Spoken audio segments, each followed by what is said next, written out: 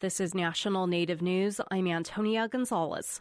Two priests who previously served at the St. Stephen's Mission on the Wind River Reservation are on a list of more than 40 names the Jesuit Order of the Catholic Church recently released of priests accused of sexual abuse. Wyoming Public Radio's Melody Edwards reports. Paul Pilgrim only served as a priest at the St. Stephen's Church and School on the Wind River Reservation for 2 years back in the 1970s, but went on to work at Regis High School in Denver. In 1991, 4 students from the Denver school filed a civil complaint against Pilgrim, and he's no longer allowed to have contact with minors. The second priest, Anthony Short, served in Wyoming longer and worked in several leadership roles during his time. Seth Clamon is a journalist with the Casper Star-Tribune that reported on the list. These Jesuit lists are relatively detailed. They give work history, which is helpful, the status of the Jesuit priests, where they are. For instance, the 2 Wyoming names are both alive, and both are under supervision. One, I believe, is living in a long-term care facility. Neither of the men were accused by anyone from the Wind River Reservation or in Wyoming. Clamon says St. Stephen's Mission declined to comment. 71-year-old Northern Arapaho member Ernie Whiteman attended St. Stephen's in the early 60s before Pilgrim and Short worked there. He says he also knew of other priests' sexual abuse cases, although he personally was never abused. If you were abused by a priest when you were a child and you're suddenly 17 years old, and this is like in 1970, who are you going to talk to? Who are you going to go to? Who's going to listen? Now, Whiteman's daughter Missy works for the National Native American Boarding School Healing Coalition, collecting the stories of abuse and healing as told by tribal elders.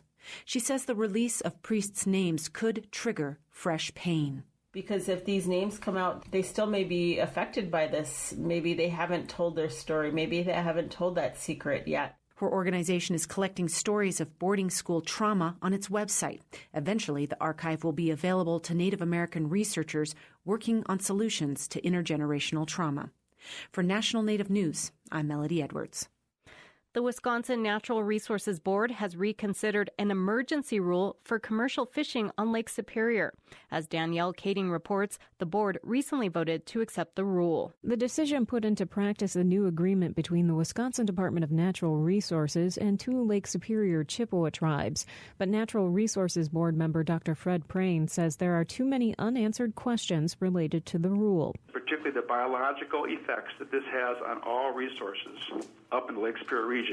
Prain requested the Wisconsin DNR gather information on a quota for all affected species, including the survival rate of other fish that are caught while harvesting lake trout or whitefish.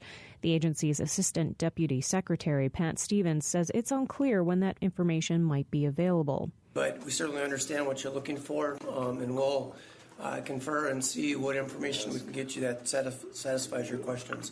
The board also asked for more information about the effects the rule would have on sport fishing and legal questions surrounding the fishing agreement between the tribes and state. The DNR's negotiations with tribes has been largely confidential. A majority of board members voted to table the rule until it's raised again at a future meeting. For National Native News, I'm Danielle Kading in Superior, Wisconsin. The Pennsylvania Human Relations Commission has scheduled a hearing on the Neshaminy School District's R-Word team name. A lawsuit against the school claims the Indian mascot and nickname negatively impact Native American students. Patch Network reports the hearing is scheduled to begin on January 7th. I'm Antonia Gonzalez. National Native News is produced at the Annenberg National Native Voice Studios by Quantic Broadcast Corporation. Funding is by Odawi Law Group, provider of Indian law solutions, and by the Corporation for Public Broadcasting, with support from the Public Radio Satellite System.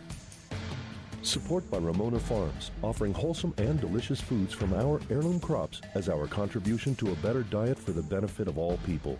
We are honored to share our centuries-old farming and culinary traditions online at ramonafarms.com. From northern Minnesota, Red Lake Nation Foods is pleased to support this show and share the bounty of the harvests, wild rice products, and wild fruit jams, jellies, and syrups produced by American Indians and available at redlakenationfoods.com.